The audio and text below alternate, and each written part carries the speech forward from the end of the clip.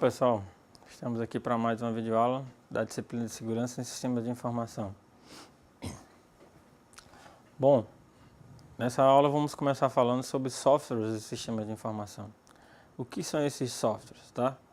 São ferramentas que permitem ao usuário aplicar os princípios da segurança da informação em seu dia a dia e no dia a dia de cada empresa.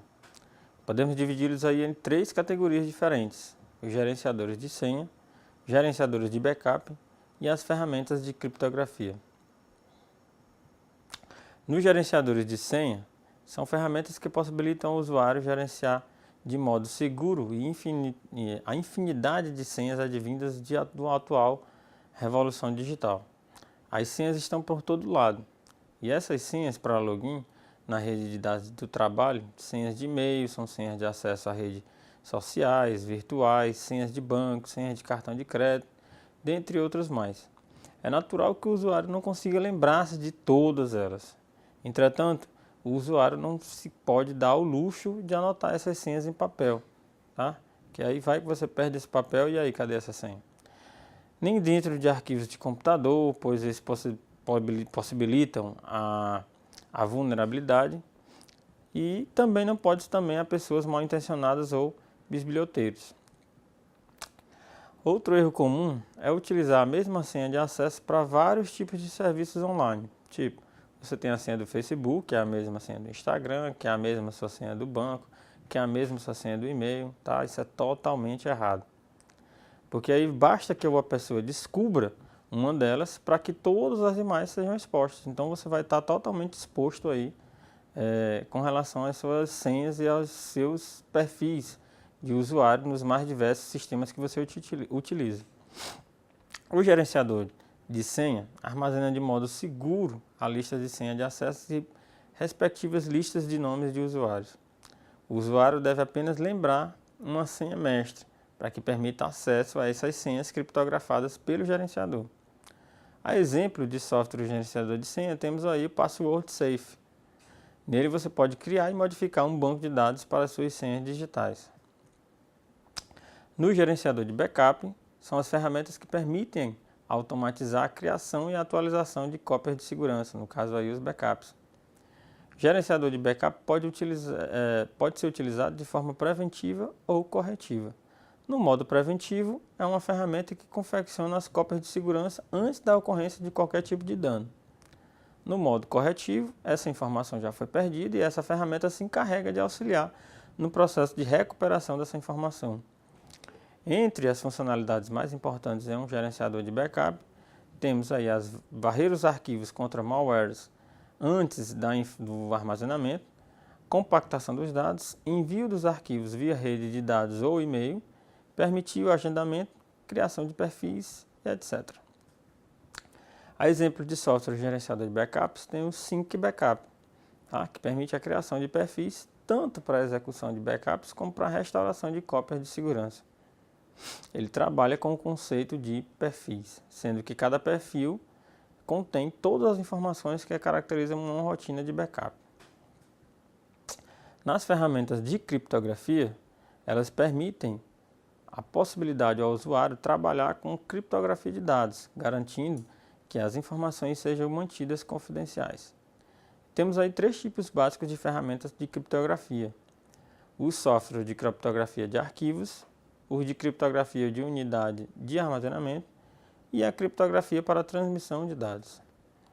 Nos de criptografia de arquivos, eu vou encriptar um arquivo ou um conjunto de arquivos para o envio através de redes de dados, e-mails, etc.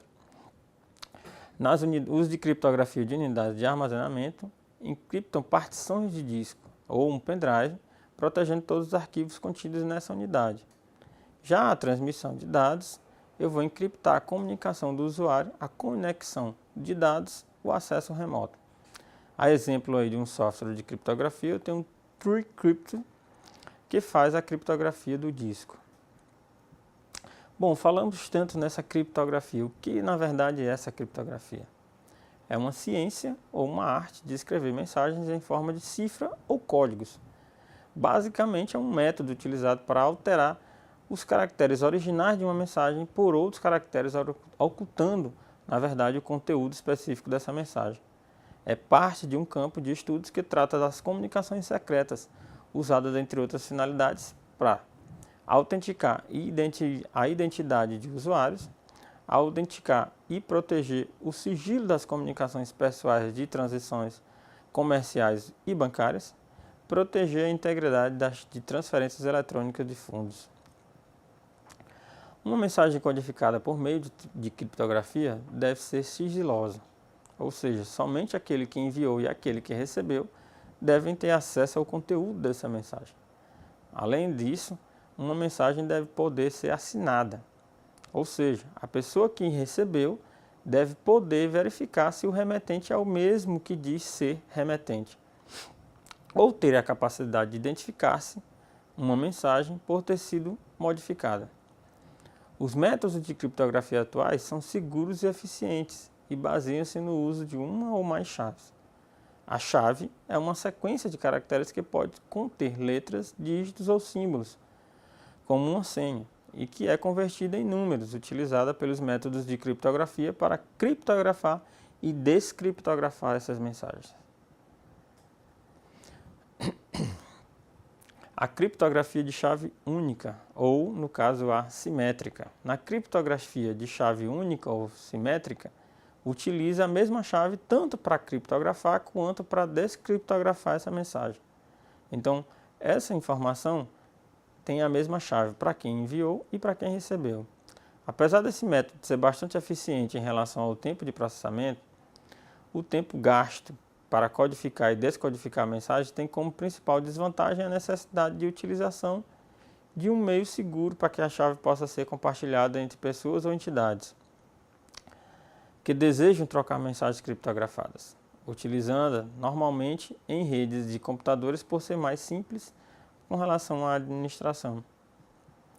Na criptografia de chave pública e privada, as chaves são utilizadas de maneiras distintas, uma para codificar e outra para decodificar a mensagem. Na chave pública, no que se refere ao grau de acesso, ou seja, todos conhecem ou têm acesso a essa chave. Até mesmo o invasor a conhece? Sim, pois ela é utilizada apenas para criptografar a mensagem. Já na chave privada, no que se refere ao grau de acesso, ou seja, apenas o dono a conhece e não a divulga. Ela é utilizada para descriptografar as mensagens geradas pela sua chave pública correspondente. Essas mensagens criptografadas com a chave pública só podem ser descriptografadas com a chave privada correspondente. Exemplificando aqui a criptografia, temos aqui uma troca de mensagens entre uma pessoa chamada Wagner e Letícia. Vamos então à situação. Wagner deseja enviar uma mensagem sigilosa, ou seja, secreta, para Letícia. Sabendo que a internet não oferece um ambiente seguro, contrataram um serviço de segurança e ganharam 2 chaves para trocar essa informação pela internet. Wagner pede a chave pública da Letícia, que pode ser enviada de qualquer maneira, pois o mesmo que seja lida por outra pessoa, não teriam problemas. A chave pública pode permitir apenas criptografar mensagens. Após receber a chave pública de Letícia, Wagner escreve, criptografa, utilizando a chave pública da Letícia e envia essa mensagem pela internet. A Letícia, por sua vez, recebe a mensagem criptografada e descriptografa a mensagem utilizando a sua chave privada, que é apenas de seu conhecimento. Agora, se a Letícia quiser responder a mensagem, deverá realizar o mesmo procedimento, só que utilizando a chave pública do Wagner. Bom, com a criptografia surgiram também algumas outras ferramentas, como o certificado digital. Certificado digital é um arquivo eletrônico que contém dados de uma pessoa ou instituição, utilizados para comprovar sua identidade. A exemplos de certificados digitais nós temos aí CNPJ, RG, CPF, carteira de habilitação, dentre outros mais. Cada um deles contém um conjunto de informações que identificam as instituições ou pessoas e a autoridade, no caso aí para estes exemplos, órgãos públicos, que garantam sua validade. Algumas das principais informações encontradas em um certificado digital são: para quem foi emitido, aí nome, número de identificação e estado; por quem foi emitido, a autoridade certificadora; o número de série e o período de validade deste certificado; a assinatura digital da autoridade certificadora. O objetivo que a gente tem com a assinatura digital no certificado é identificar que outra entidade, no caso aí a autoridade certificadora, garanta a veracidade das informações nelas contidas. Destaca-se aí o princípio da autenticidade e da integridade, que falamos na primeira aula. A partir de um certificado digital, podemos afirmar que o site é legítimo e que seu conteúdo não foi alterado. Em outras palavras, o site está livre de perigos oferecidos pelas técnicas de farming e phishing. Temos aqui exemplos de 2 certificados digitais com autoridades certificadoras.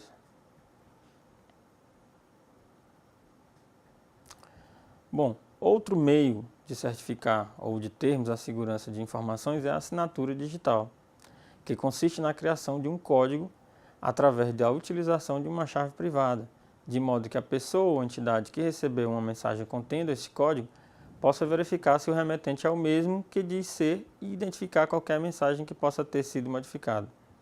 Destaca-se aí o princípio da autenticidade e integridade. Dessa mesma forma, é utilizado o método de criptografia de chaves pública e privada, mas em um processo inverso. Exemplificando aqui a assinatura digital, vamos novamente ao exemplo do Wagner e da Letícia. Wagner deseja enviar uma mensagem assinada, ou seja, autenticada, garantir que essa mensagem é enviada por ele e que não sofrerá alteração nenhuma durante o envio. Para Letícia, sabendo que a internet não oferece ambiente seguro e muitos podem acessar por ele, Wagner contratou um serviço de segurança e ganhou 2 chaves para trocar informações pela internet. Primeiro, Wagner escreve, criptografa utilizando a sua chave privada, onde será gerado um código, tá? Uma assinatura digital, e essa envia a mensagem pela internet. Letícia recebe a mensagem criptografada e descriptografa a mensagem utilizando a sua chave pública de Wagner. Neste momento será gerado um segundo código, uma assinatura digital, que será comparado com o primeiro. Se os 2 códigos, ou no caso as 2 assinaturas digitais, forem idênticas, Letícia saberá que o remetente foi realmente o Wagner e que o conteúdo da mensagem não foi alterado. Ferramentas para o descarte seguro dos dados. O que são essas ferramentas? São ferramentas criadas para dificultar a recuperação de arquivos excluídos de unidades de armazenamento magnético. Quando um usuário exclui um arquivo, seu sistema operacional apenas remove os índices que informam que naquela região havia um arquivo. Os bytes desse arquivo continuam no mesmo lugar e podem ser recuperados com softwares especializados, mesmo que essa região tenha sido subscrita e contenha um novo arquivo. Essa propriedade de reter informações é chamada de remanência de dados e pode trazer problemas ao usuário. A exemplos aí temos o Eraser, que é um software avançado que permite aos usuários remover com muita segurança dados sensíveis do seu disco rígido, subscrevendo-os várias vezes com padrões cuidadosamente selecionados.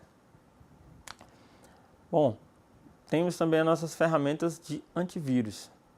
São softwares especializados na prevenção, detecção e remoção dos vírus do computador. Alguns antivírus modernos incluem em suas rotinas de varredura a detecção de cavalos de Troia, worms e spyware, além de vírus de computador. Podem ser classificados em antivírus pessoal e corporativos. O pessoal são instalados no computador pessoalmente, recebem atualizações da internet e são gratuitos. Já os corporativos são instalados em servidores de rede de dados, recebem suas atualizações através de um servidor dedicado e são pagos. A detecção desses vírus de computador por essas ferramentas é feita de 2 formas. Primeiro, com o auxílio de uma base de dados contendo sequências de caracteres que identificam cada um desses malwares, chamado de assinaturas de vírus, ou através da avaliação heurística, pela qual são verificados os comportamentos característicos de um malware, tais como alteração do código de programas e acesso a áreas reservadas de memória, evitando assim que vírus mesmo desconhecidos tomem o controle do computador. A exemplo de um antivírus bastante conhecido aqui, temos aí o Avast.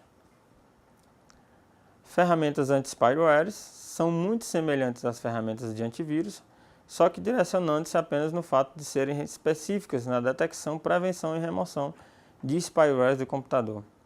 Em geral, sua varredura é mais rápida do que a dos antivírus, pois procura pontos específicos do sistema operacional sabidamente preferidos pelos spywares. A varredura contra os spywares também inclui os chamados cookies de rastreamento, que são pequenos arquivos gravados em navegadores de internet que registram algumas informações sobre as páginas que você visitou. Tá? São pequenas informações, os cookies são pequenas informações que ficam gravadas no seu computador através das páginas de internet que você visitou. A exemplo aí de ferramentas de anti-spyware, temos o Spyboot, tá? Que é um dos mais conhecidos também aí no mundo da internet. Os firewalls. Nossos firewalls são dispositivos desenvolvidos com a finalidade de aplicar políticas de segurança ao tráfego de dados entre um computador e uma rede, ou entre redes, bloqueando qualquer transmissão não autorizada de informações. Além disso, também protegem contra invasões e ataques de malwares, monitorando as pontes de protocolo no TCP/IP. Podemos classificar aí os firewalls como firewall pessoal, corporativo, em software ou em hardware. O pessoal é aquele desenvolvido com o intuito de proteger o tráfego de dados entre um computador pessoal e a internet. Em geral, oferece poucas opções de configuração, podendo ser gratuito ou pago. O corporativo é desenvolvido com o intuito de proteger o tráfego de dados entre uma rede de dados empresarial e a internet. Oferece muitas opções de configuração, necessitando de profissionais qualificados para operá-lo. Pode ser um software livre ou software comercial proprietário. O firewall em software são programas de computador que executam atividades comuns a firewalls. Podem ser instalados na máquina de uso do usuário ou na borda externa de uma rede de dados. Tem a desvantagem de consumir recursos, tá? De processamento e memória do computador onde está instalado. No firewall de hardware, são equipamentos dedicados a executar atividades comuns a firewalls. Pode ser instalados na máquina do usuário ou também na borda externa de uma rede de dados. Tem desempenho superior, porém são mais caros que as soluções de software, além da necessidade de alimentação elétrica. Tá?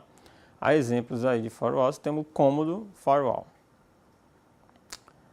Bom, falamos de software, falamos de hardware e, por fim, temos aqui o papel do usuário. Como é que é o comportamento do usuário com relação aos softwares de sistema de informação e à própria segurança dessas informações. Nos dias de hoje, que a gente vive a chamada revolução digital, e a internet está bem espalhada, bem divulgada e bem acessível a cada usuário, as informações tornam-se mais valiosas e a segurança cada vez mais necessária, sendo que essas pessoas são os principais atores da segurança da informação, pois elas têm a maior responsabilidade nessa nossa era digital.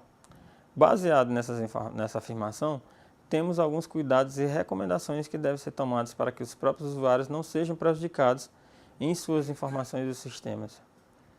Bom, podemos ter que a instalação de softwares de segurança, atualização desses softwares, seja ela diária, semanal, mensal ou anual, varreduras semanais, escolher boas senhas, cuidado com as mídias removíveis, não divulgar seu e-mail em qualquer lugar, não clique em tudo que lhe oferecem, fazer cópias de segurança, backup o tempo inteiro, manter-se atualizado e ser o mais ético possível. Bom, pessoal, assim damos fim às nossas aulas e ao nosso curso de segurança da informação. Até a próxima.